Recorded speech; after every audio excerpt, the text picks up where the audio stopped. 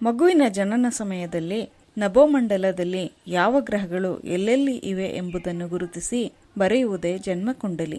ಈ ಜನ್ಮಕುಂಡಲಿ ಬರೆಯಲು ಬಹಳಷ್ಟು ಲೆಕ್ಕಾಚಾರಗಳ ಅಗತ್ಯವಿದೆ. ಇವುಗಳ ಪ್ರಮುಖ ಅಂಶಗಳೆಂದರೆ ರಾಶಿಗಳು, ಮನೆಗಳು, ಗ್ರಹಗಳು ಮತ್ತು ನಕ್ಷತ್ರಗಳು.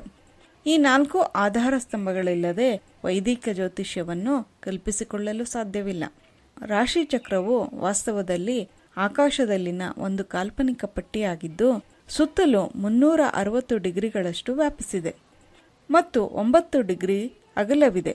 ಎಲ್ಲ ರಾಶಿಗಳು ಮತ್ತು ಇತರ ಜ್ಯೋತಿಷ್ಯ ಅಂಶಗಳು ಈ ಚಕ್ರದ ಒಂದು ಭಾಗವಾಗಿದೆ. ಈ ಚಕ್ರದಲ್ಲಿ 12 ರಾಶಿಗಳು ಅಥವಾ ಚಿಹ್ನೆಗಳು ಇವೆ. ಪ್ರತಿ ರಾಶಿಯು 30 ಡಿಗ್ರಿಗಳ ವ್ಯಾಪ್ತಿಯನ್ನು ಹೊಂದಿರುತ್ತದೆ. ಪ್ರತಿಯೊಂದು ರಾಶಿಯು ಒಂದು ನಿರ್ದಿಷ್ಟ ಗ್ರಹದ ಒಡೆತನದಲ್ಲಿರುತ್ತದೆ. ರಾಶಿಗಳು ವಾಸ್ತವವಾಗಿ ನಕ್ಷತ್ರಗಳ ಸಮೂಹವಾಗಿದ್ದು ಪ್ರಾಚೀನ ವೀಕ್ಷಕರು ಅವುಗಳನ್ನು ನೋಡಿದ ಆಕಾರಗಳಂತೆ ಹೆಸರಿಸಲಾಗಿದೆ. ಉದಾಹರಣೆಗೆ, ಮೇಷರಾಶಿಯು ಕುರಿಯ ಆಕಾರದಲ್ಲಿದೆ, ವೃಷಭ ರಾಶಿಯು ಗೂಳಿಯಂತೆ ಮತ್ತು ಮಿಥುನ ರಾಶಿಯು ಜೋಡಿಯಂತೆ, ಕರ್ಕಾಟಕವು ಏಡಿಯ ಆಕಾರದಲ್ಲಿದೆ ಮತ್ತು ಸಿಂಹರಾಶಿಯು ಸಿಂಹದ ತಲೆಯಂತೆ ಇರುತ್ತದೆ. ಕನ್ಯಾ ರಾಶಿಯು ಹುಡುಗಿ ಕೈಯಲ್ಲಿ ಹೂವನ್ನು ಹಿಡಿದುಕೊಂಡಂತೆ, ತುಲಾ ರಾಶಿಯು ಮಾಪನ ಅಥವಾ ತಕ್ಕಡಿಯಂತೆ ಮತ್ತು ವೃಶ್ಚಿಕವು ಚೇಳಿನಂತೆ ನಮೂದಿಸಲಾಗಿದೆ. ಧನುರಾಶಿಯು ಕೈಯಲ್ಲಿ ಬಿಲ್ಲು ಹಿಡಿದವರಂತೆ, ಮಕರ ರಾಶಿಯು ಮೊಸಳೆಯಂತೆ ಮತ್ತು ಕುಂಭವು ನೀರಿನ ಹೂಜಿಯನ್ನು ಹಿಡಿದಿರುವ ಮನುಷ್ಯನಂತೆ ಇರುತ್ತದೆ. ಇನ್ನು ಮೀನರಾಶಿಯು 2 ಮೀನುಗಳ ಆಕಾರದಲ್ಲಿದೆ. ಹೀಗೆ ಪ್ರತಿಯೊಂದು ರಾಶಿಯು ಕೆಲವು ವಿಶೇಷ ಗುಣಗಳನ್ನು ಹೊಂದಿದ್ದು ಆ ರಾಶಿಯಲ್ಲಿ ಜನಿಸಿದ ವ್ಯಕ್ತಿಯು ಅಂತಹ ಅನೇಕ ಗುಣಗಳನ್ನು ಹಂಚಿಕೊಂಡಿರುತ್ತಾರೆ. 12 ಚಿಹ್ನೆಗಳಲ್ಲಿ ಕರ್ಕ ರಾಶಿಯನ್ನು ಚಂದ್ರನು ಮತ್ತು ಸಿಂಹ ರಾಶಿಯನ್ನು ಸೂರ್ಯನು ಆಳುತ್ತಾನೆ. ಎಲ್ಲ ಇತರ ಗ್ರಹಗಳು ತಲಾ 2 ರಾಶಿಯನ್ನು ಆಳುತ್ತವೆ. ಮಂಗಳನು ಮೇಷ ಮತ್ತು ವೃಶ್ಚಿಕವನ್ನು ಆಳುತ್ತಾನೆ. ಶುಕ್ರನು ವೃಷಭ ಮತ್ತು ತುಲಾ ರಾಶಿಯನ್ನು ಆಳುತ್ತಾನೆ. ಬುಧವು ಮಿಥುನ ಮತ್ತು ಕನ್ಯಾ ರಾಶಿಯನ್ನು ಆಳುತ್ತಾನೆ. ಗುರುಗ್ರಹವು ಧನು ಮತ್ತು ಮೀನ ರಾಶಿಯನ್ನು ಆಳುತ್ತಾನೆ. ಹಾಗೆಯೇ ಶನಿಯು ಮಕರ ಹಾಗೂ ಕುಂಭ ರಾಶಿಯನ್ನು ಆಳುತ್ತಾನೆ.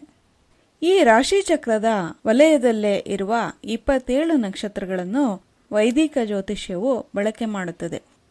ಮಗು ಜನಿಸಿದಾಗ ಚಂದ್ರನು ಯಾವ ಸ್ಥಾನದಲ್ಲಿದ್ದಾನೆ ಎಂಬುದನ್ನು ನೋಡಿಕೊಂಡು ಆ ಮಗುವಿನ ನಕ್ಷತ್ರವನ್ನು ನಿರ್ಧರಿಸಲಾಗುತ್ತದೆ. ಭಾರತೀಯ ಜ್ಯೋತಿಷ್ಯದಲ್ಲಿ ನಕ್ಷತ್ರ ಎಂಬುದು ಚಂದ್ರನೊಂದಿಗಿನ ನಕ್ಷತ್ರಗಳ ಗುಂಪುಗಳ ನಿರ್ದಿಷ್ಟ ಕೋನವನ್ನು ಸೂಚಿಸುತ್ತದೆ. ಅದು ಹುಟ್ಟಿದ ಕ್ಷಣದಿಂದ ವ್ಯಕ್ತಿಯ ಜೀವನದ ಮೇಲೆ ಪರಿಣಾಮ ಬೀರುತ್ತದೆ. ಪ್ರತಿ ನಕ್ಷತ್ರಗಳಿಂದ 4 ಪಾದಗಳಾಗಿ ರಚಿಸಲಾಗಿದೆ. ಪ್ರತಿಯೊಂದು ಪಾದವು ಪ್ರತಿ ರಾಶಿ ಚಕ್ರದ 9ನೇ ವಿಭಾಗ ಅಥವಾ ನವಾಂಶ ಆಗಿರುತ್ತದೆ ಮತ್ತು ತನ್ನದೇ ಆದ ಆಡಳಿತ ಗ್ರಹದಿಂದ ನಿಯಂತ್ರಿಸಲ್ಪಡುತ್ತದೆ. 27 ನಕ್ಷತ್ರ ಚಿಹ್ನೆಗಳಲ್ಲಿ ಪ್ರತಿಯೊಂದು ವಿಭಿನ್ನ ಗುಣಲಕ್ಷಣಗಳೊಂದಿಗೆ ಆಳುವ ದೇವತೆಗೆ ಅನುರೂಪವಾಗಿದೆ. ಈ ದೇವರುಗಳು ತಮ್ಮ ನಕ್ಷತ್ರದ ಅಡಿಯಲ್ಲಿ ಜನಿಸಿದ ಜನರ ಮೇಲೆ ಪ್ರಭಾವ ಬೀರುತ್ತಾರೆ ಎಂದು ಭಾವಿಸಲಾಗಿದೆ. ಪ್ರತಿಯೊಂದು ನಕ್ಷತ್ರವೂ ಸಹ ಆಳುವ ಗ್ರಹ ಅಥವಾ ಚಿಹ್ನೆಗೆ ಸಂಬಂಧ ಹೊಂದಿದೆ. ಪ್ರತಿಯೊಂದು ನಕ್ಷತ್ರ, ಆಡಳಿತ ಗ್ರಹ ಮತ್ತು ಚಿಹ್ನೆಗಳ ಬಗ್ಗೆ ತಿಳಿಯೋಣ. ಅಶ್ವಿನಿ ನಕ್ಷತ್ರ ಆಳುವ ಗ್ರಹ ಕೇತು, ಸಂಕೇತ ಕುದುರೆಯ ತಲೆ. ಭರಣಿ ನಕ್ಷತ್ರ ಆಳುವ ಗ್ರಹ ಶುಕ್ರ, ಸಂಕೇತ ಯೋನಿ. ಕೃತಿಕಾ ನಕ್ಷತ್ರ ಆಳುವ ಗ್ರಹ ಸೂರ್ಯ, ಸಂಕೇತ ಚಾಕು.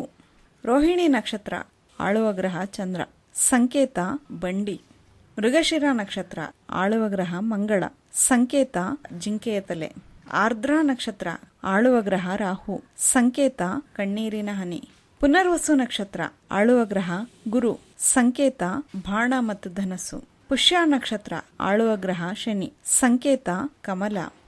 ಆಶ್ಲೇಷ ನಕ್ಷತ್ರ ಆಳುವ ಗ್ರಹ ಬುಧ, ಸಂಕೇತ ಸರ್ಪ.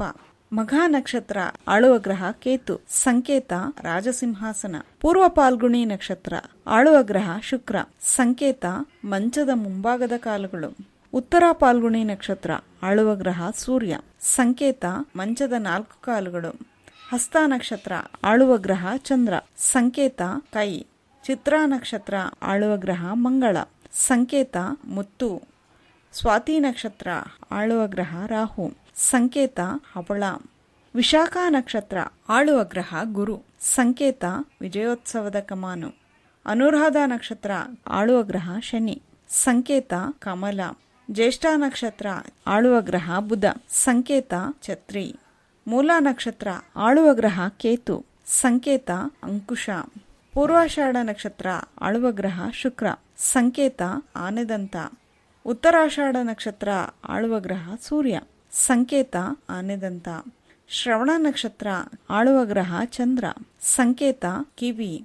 ಧನಿಷ್ಠ ನಕ್ಷತ್ರ ಆಳುವ ಗ್ರಹ ಮಂಗಳ, ಸಂಕೇತ ಡೋಲು. ಶತಾಭಿಷ ನಕ್ಷತ್ರ ಆಳುವ ಗ್ರಹ ರಾಹು, ಸಂಕೇತ ಹೂವು. ಪೂರ್ವ ಭಾದ್ರಪದ ನಕ್ಷತ್ರ ಆಳುವ ಗ್ರಹ ಗುರು, ಸಂಕೇತ ಕತ್ತಿ. ಉತ್ತರ ಭಾದ್ರಪದ ನಕ್ಷತ್ರ ಆಳುವ ಗ್ರಹ ಶನಿ, ಸಂಕೇತ ಮಂಚದ ಹಿಂಭಾಗದ ಕಾಲುಗಳು. ರೇವತಿ ನಕ್ಷತ್ರ ಆಳುವ ಗ್ರಹ ಬುಧ, ಸಂಕೇತ ಮೀನುಗಳು. ಇವಿಷ್ಟು ರಾಶಿಚಕ್ರ ಹಾಗೂ 27 ನಕ್ಷತ್ರಗಳಾಗಿವೆ.